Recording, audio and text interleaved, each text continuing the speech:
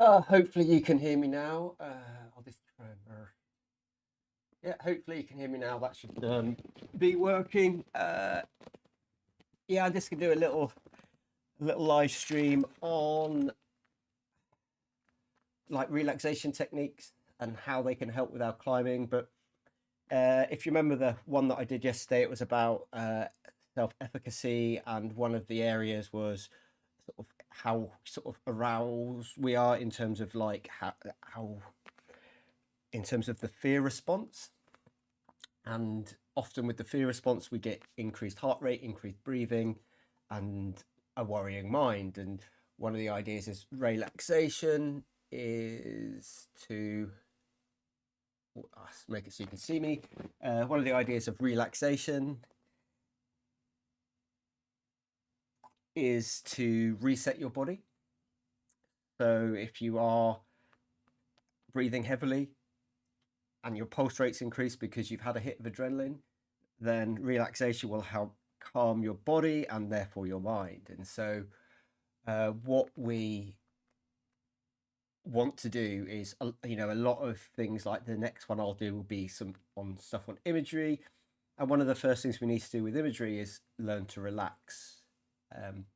So what I thought we'd do is start with this. It's called box breathing. You can do all sorts of things with it, but essentially it is the most simple thing to learn. And you're going to start off and you're going to breathe in for a count of 4, hold your breath for a count of 7, and then breathe out for a count of 8, and just repeat that. Now, the thing with relaxation is it will take you at least 20 minutes to relax the first time you try this. And what you want to do is maybe try this once a day, and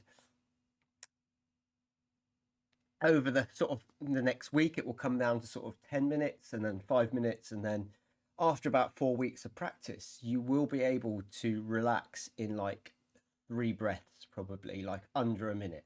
And that's a sort of speed that when we're on a climb, if we get to a ledge and we've just done a crux, or we've got to a jug, we can calm ourselves down. So let's just try this for a little while. So we're going to breathe in.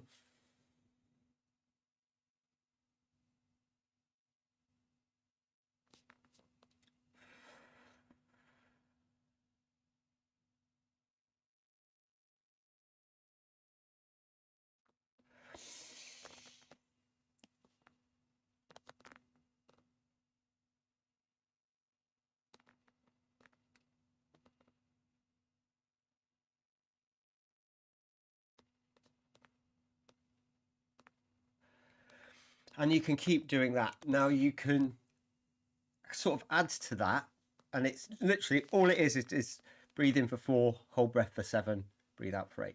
You can add more to that. So there are 3 different, we can sort of breathe in 3 different ways. We can breathe through our abdomen, so that's sort of our diaphragm.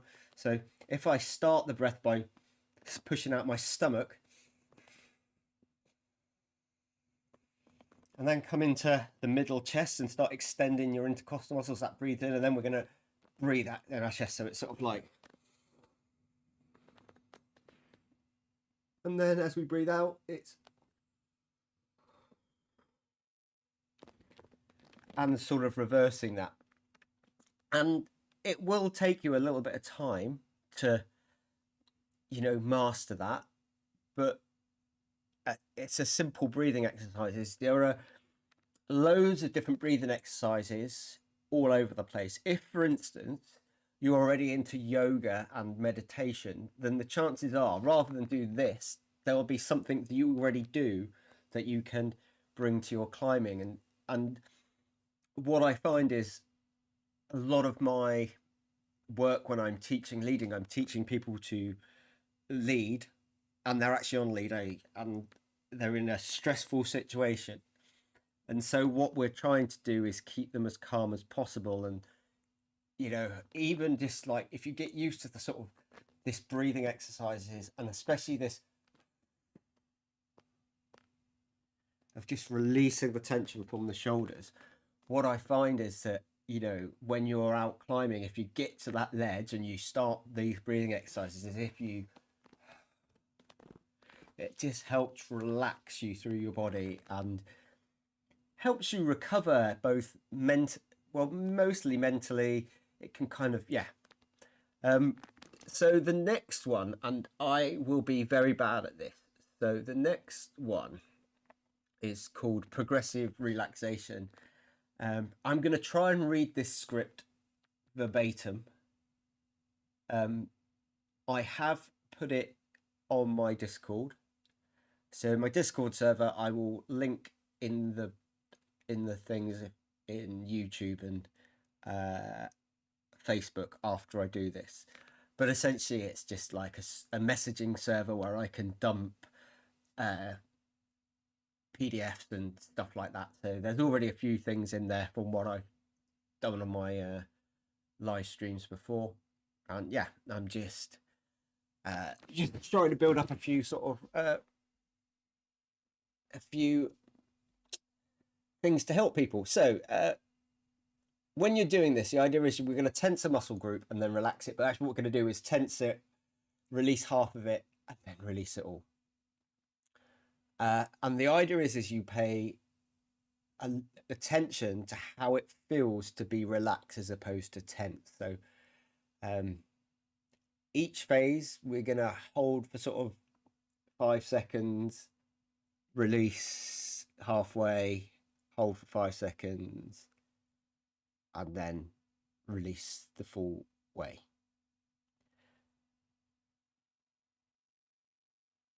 So what you need to do is find a nice quiet place, your bedroom, so you can lie down, dim the lights, maybe your sofa. You need to have your legs uncrossed. You need to loosen tight clothing and take a deep breath. And that deep breath is, again, that in through the stomach, extend up.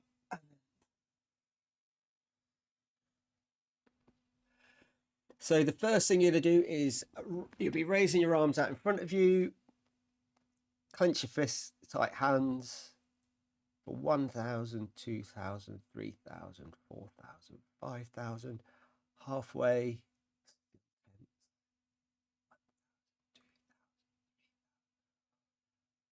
And then let it all go.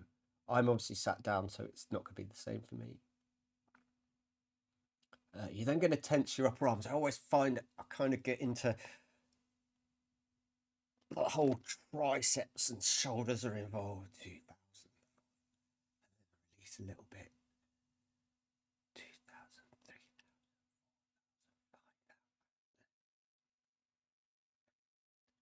5,000. Okay, you're going to curl your toes up. So I think it's that way. 1,000, 2,000, 3,000, 4,000, 5,000. And now let the tension halfway out. 2,000, 3,000, 4,000. And then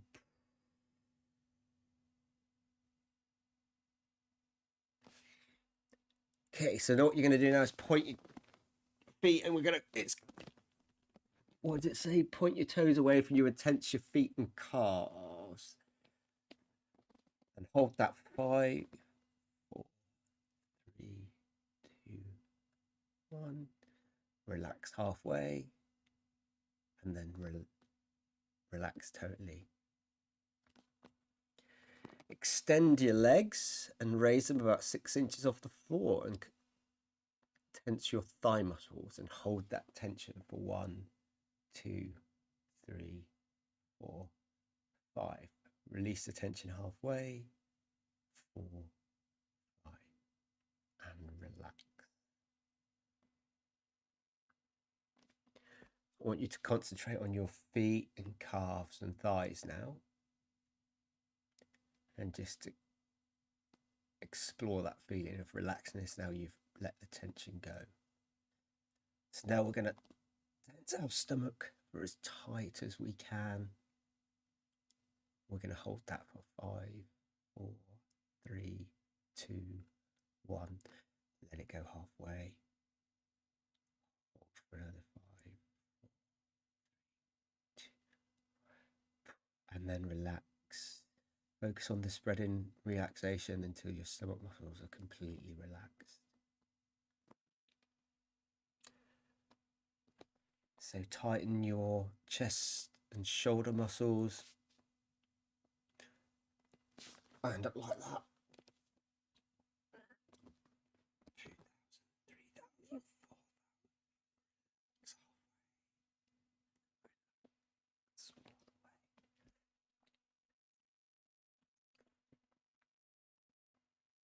So keeping your torso, arms and legs relaxed, tense your neck muscles by bringing your head forward until your chin hits your chest, and hold it for 5,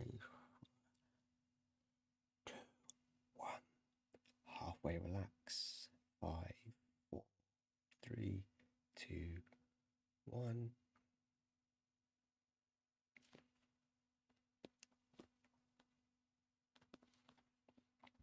Okay, this time we're going to clench your teeth. Feel the tension of the muscles in your jaw after 5 seconds. 2, 1, 0. We're going to another halfway. 2, 1, 0. And then as you relax, you're going to let your lips slightly part. And just focus on that relaxation. Okay. We're going to wrinkle our foreheads. I don't think I've had Botox. Wrinkle our foreheads. 5, 4, 3, 2, 1. Relax and relax.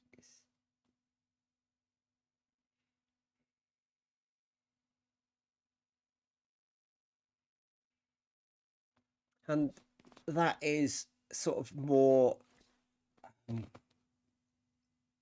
muscle to mind. It's or body to mind. Both are sort of more body to mind. If you're, I'm not very good at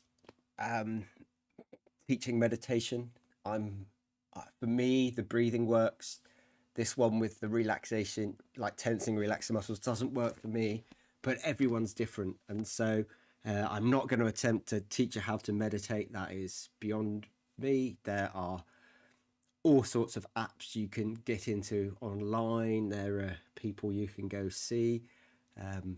Yeah, but effectively, relaxation before we engage in like a hard route, or if we're trying to recover mentally halfway up a route because we've got into a stressful situation, then training relaxation. And again, you know, if you're doing the breathing exercise, you could potentially sit at your desk staring at a screen for 20 minutes doing this without your boss knowing. Not that I want to condone that kind of behavior. I do want to condone that kind of behavior.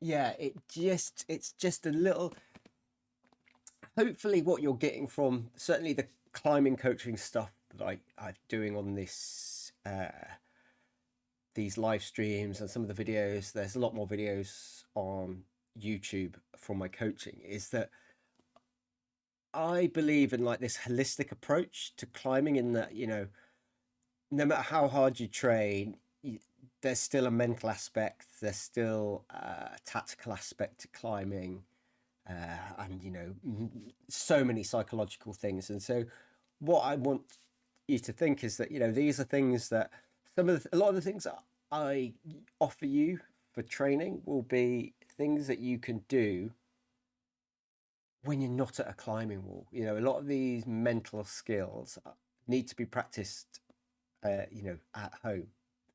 And so, yeah, it's going to be a very quick one, I think. The only other thing is I just thought I'd put a little spoiler in. Yeah, so tomorrow, what I'm going to talk about, or maybe not tomorrow, but at some point, I'm going to talk about the Peplet model of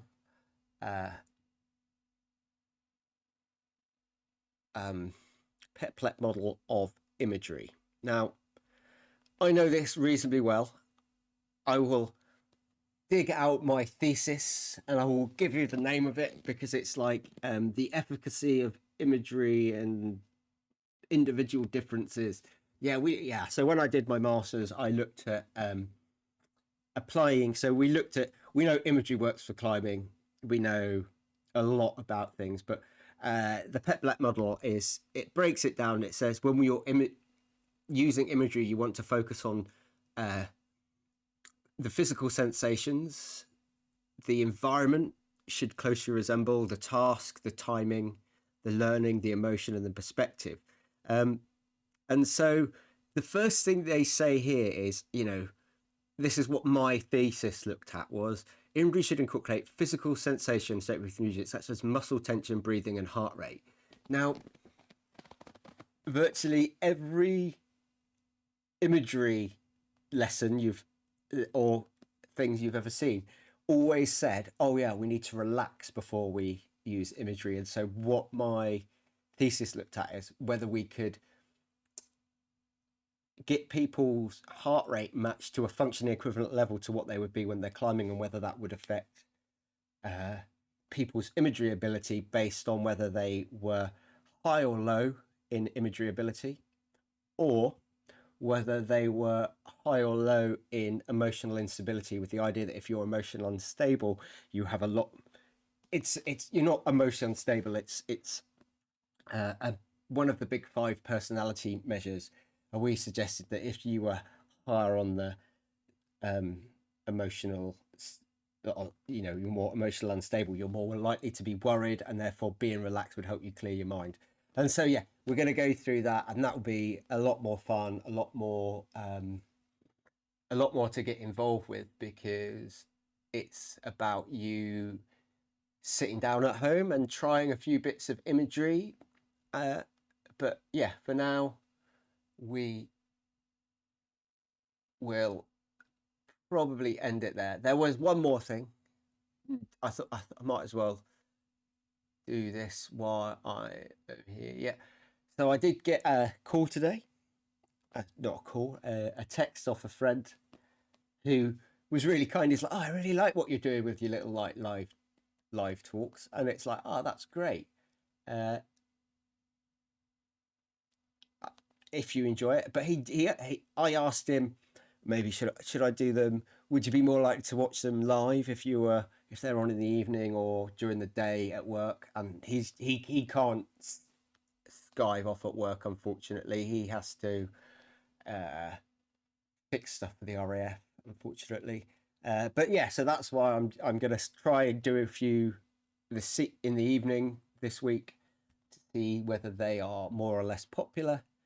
But he did ask a really good question, which was, when you're seating gear, so if you're a trad climber and you're seating gear in, how hard should you pull? Now, if you're an instructor like me, when we're leading people and that's their first, they're just following you, you're teaching them, I'll put them in and I try not to seat them, because I want them to be able to get it out.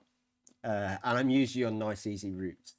If I'm below the crux of a route that's been challenging to me, I might cold weld that thing in so hard that I know my second is going to struggle to get it out. But the idea was that I didn't want it to come out, and I wanted it to save my life. So there's often a kind of a 50-50 between being nice to second and being safe for you. The other thing is, as I often see people, they get their wires and they just pull on them. Now, this is a hammer. If I ask you to put a nail in a wall, you aren't going to get the nail and just push it. And that's all you're doing. If you're just pulling on a wire, just pulling on it statically like this, then you don't produce, you probably think you're going to put a lot of force on it, but you don't. And actually what will happen is, if the wire comes out as you're pulling on it and you're leaning your back into it, your whole body's going to go backwards, and you're definitely going to poo yourself, and you're probably going to fall off. If you kind of like jerk it off or jerk it in, and that shock load creates way more force than if I just hang off it. And the consequence of me going and it comes through is I just end up like, whoa, my arm does this, and I do what I call winding down the window. So yeah, that was just one question that came in, and like I say, with these, if you have any questions on any of the stuff that I do, then you can either write in the comments, email me, there'll be places, and yeah. But for now, that is a nice short, just 20-minute one, short and sweet. If you were watching, thanks very much. If you pop in later,